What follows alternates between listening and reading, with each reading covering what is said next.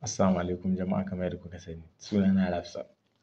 Kafin bidiyon nan ya fara, da Allah ku saurari wannan bidiyon. Me babban sha'awar gwamnati jiha ta samu tsaro. Ita babban sha'awa ta yau in kun je ita addu'ar da za ku yi ma jihar Zamfara. Na Allah shi kawo mana zaman lafiya. Abubuwan da ake jihar Zamfara Allah ya kawo mana da su. Masu hannu cikin abin da ke faruwa a jihar Zamfara idan masu shirwa ne Allah ya shirya su. Idan ba masu shirwa bane Allah ya aza musu abin da suka san al'umma su samu.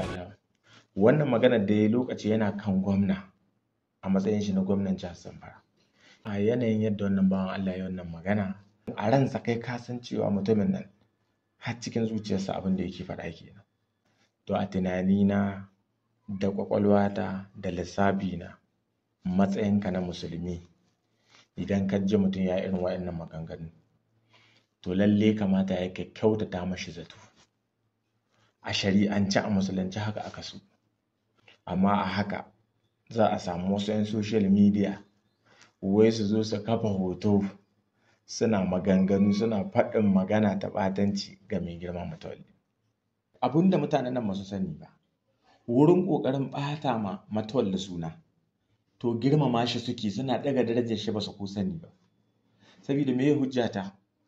Akwai waɗansu bidiyoyi da suke yaɗawa. Mai girma Matawalle lokaci yana matsayin gwamnan jihar Zamfara, yana waya da ɓarayin daji, yana lallashin su cewa su yi haƙuri su sako al'umma.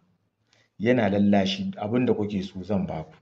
In kasuwanci za ku yi sai ku yi kasuwanci, ku zauna lafiya, ku aje makamai, ka yi hankuri, ka tambayi su wani da suka zauna lafiya yanzu, ka ji me na masu, na taimake su, abinda na ba su ya ishe su har ƙarshen rayuwarsu, suna nan sun zauna lafiya, suna kasuwanci, suna me. Kuma ku yi haƙuri, ku sako mutanen nan su dawo cikin iyalansu, zan maku duk abin da kuka so. Na rantse da Allah, haka mutumin nan wallahi yake ta maganganu, yake nuna musu su yi haƙuri. So amma 'yan social media su wancan ɓangaren sai suka ga bari su ɗauko wannan maganar saboda kullewar basira, bari su zo su yaɗa su dinga nuna cewa ga gwamna, wai gudan gwamna yana roƙon ɗan ta'adda akan ya yi haƙuri ya dawo da al'umma. To ya kuke so ya yi? Ai salo ne daban-daban wanda ana lallashi, idan lallashin ya ƙi sannan a tanna tsakuwa don aya ta ji tsoro. Idan magana ta gaskiya aka yi, wannan lallashin da ya yi an ci riba abin ko ba a ci ba, an sako mutanen ko ba a sako su ba, an sako su, kaga an ci riba kenan. Kuma wannan dalilin yasa aka samu sauƙi, har aka samu damar da za a yi sulhu da 'yan ta'adda na kowane ɓangare. Aka yi sulhu da su, aka zauna lafiya, aka zo aka shirya musu biki cikin garin Gusau, aka kira kowa ya zo, aka yi wasa, aka yi sharu, aka yi duk abin da ake yi, wasannin Fulani na al'ada na Hausa da kowaye. Aka ji daɗi, aka koma cikin nishaɗi, aka zauna kusan shekara ɗaya babu tuna babu komai, a ci kasuwa, a yi noma, a zauna lafiya cikin aminci. Kun ga wannan abin ya yi amfani. Sannan da suka bijire kuma daga baya ya ɗauki matakin me? Ya kasu, aka yaƙe su, aka je irin ta kowane ɓangare babu sauƙi, daidai gwargwado, daidai ƙarfin shi. Mutumin nan haka ya jajirce, ya yaƙi 'yan ta'adda, kuma gwargwado cikin haka ana ta samun nasara, ana ta samun sauƙi. Na yi imani cewa da Allah ya ƙaddarci mutumin nan ya zarce a karo na biyu, da ikon Allah wannan matakin da ake ciki, wallahi da yanzu ba wannan labarin ake ba. In Allah ya da yanzu an zauna lafiya, komai ya kai ƙarshe. Saboda mi? Ya ƙwanƙwasa, ya ji ruwa, ya fahimci hanyoyi da dabarun da zai yi domin shawo kan 'yan daban nan, domin a zauna lafiya, al'ummar jiha ta su zauna lafiya. Amma mutumin nan shine fa kullum ai ta kowane wuri ana bin shi bitar kulli. 'Yan social media a je a sa 'yan daba su yi maganganu na ɓatanci kan shi, a je a sa wani malami ya yi maganganu na ɓatanci a kan shi, wai dole mai darajar nan sai an goge mai darajar da Allah ya bashi. Sannan mun ji wani malami yana magana akan cewa wai Dr. Bello Matawalle ya ƙara ta akan cewa a kama shi. Wannan magana ƙarya ce. Idan kuma gaskiya ne to sai a ɗauko a nuna mana takardar izinin kamu, ko in ce in san mace ne maga takarda ya nuna mana. Mu mun san mai girma minista a matsayin shi na uba gare mu, mun sha a yi mai wani abu mu fito mu nuna za mu ɗauki mataki na raddi, amma mutumin nan ya ce kar ku yi, ku kyale su. Wani abin ma da ake wallahi bai san an yi ba, bai gani ba, bai san kana zagin shi ba, bai san kana yaban shi ba ma. Aikin shi yake, shi abin da ya sa gaba shi yake. Amma mutane su zo su yi ta ƙoƙarin wai sai sun goge mai riga ta mutunci, sai sun yaga ta, sai sun kita, sai sun ƙona ta, riga ta mutunci da kima da Allah ya bashi. To kana da aiki idan dai kana ƙiyayya da wanda Allah ke so. Saboda haka ga mutumin nan sama yake ta ƙare, wanda alhamdulillahi duk abin da Allah ke ba bawa ya ba Matawalle.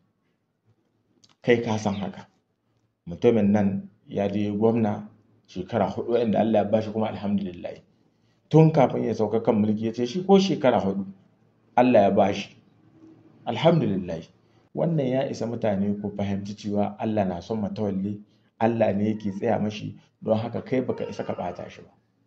Tun da ya sauka ake nuna kaza, ake nuna kaza, ake nuna kaza, Allah na daɗa kare shi. Don haka abin da nake so al'umma ku sani, ku dinga lura da tatacce ingantaccen labari akan mutum. Kada ka taɓa mutum hukunci ba tare da ka tabbatar da abin da aka faɗa kan shi gaskiya ba ne. Kada mutane su zo su dinga ruɗa ku suna gaya muku abin da ba shi ba kuna yadda. Ya samu mun gode ma Allah, duk abin da za mu faɗa la mun tabbatar gaskiya muke faɗa. Sai dai mu ɓata maka rai in abin bai daidai da ra'ayinka ba, sai ka ga laifin mu. Kuma mun tabbata Allah zai kai lokacin da zaka fahimci abin da muke faɗa gaskiya ne. Yawwa. To don haka ina ba da shawara jama'a, kusan ma waɗanda za ku dinga biya suna gaya muku halin da jiha take ciki, halin da ƙasa take ciki. Kusan waɗanda za su dinga gaya muku wannan gaske, idan kuka ce duk wanda kuka gani ya faɗa ku yadda, Allah za a yi tawaina ku ne kamar ƙwallo. Kaji wannan labarin sai ka haɗu da mutum ka fahimci ba haka yake ba. Mutum nawa yake hangen Matawalle daga nesa yana jin an ce ba na ƙwarai ba ne, sai ya matso Matawalle aka kwan 1 2 3 wallahi kaga mutum ya fasa kuka. A ce ya aka yi ce wallahi a da an tusa mai aƙida cewa kai ba na ƙwarai ba ne, amma yanzu ga na matso ka, na fahimci kwata-kwata kai abin da yake gaban ka shi kake yi. Gaskiya da riƙon amana ita ka sa gaba, ka yi addini sadda ya dace. Wallahi ne ya ce sallah ma nuna ma akai ba ka yi, amma yanzu in ga wai sallah kai ne kake ce ma liman lokaci yayi a kira. Cikin azumin nan da ya wuce yake ba da labari, a tashi a yi sallah da shi, a yi asham da mutumin nan har a gama da ƙarfin shi da karsashi. To don haka jama'a, wa'annan abubuwa ya kamata mutane ku fahimci Allah na son Matawalle, don haka ka so ko kada ka so, Matawalle Allah na san shi. Allah na da taimakon shi yake, kai ta zagi ne ba zai zagin ka ba abin da zai tsina Matawalle. Face ma ya ƙara daga shi saboda ya rike gaskiya da riƙon amana. Shine mutum da yake son al'ummar jihar Zamfara da gaske, so na gaskiya. To don haka Zamfarawa da al'ummar Najeriya baki ɗaya ku fahimci wannan, kuma ku so mai son ku, Dr. Bello Matawalle Muradan, Minister of Defense, ministan tsaro, yana son ku, yana ƙaunar ku, kuma da ikon Allah yana buƙata ya kawo sauyi. Fatan mu dai Allah ya bashi nasara, ya taimake shi, sai ku taya shi da addu'a. Ubangiji Allah ya ƙara shige mashi kafa. Nagode. Assalam.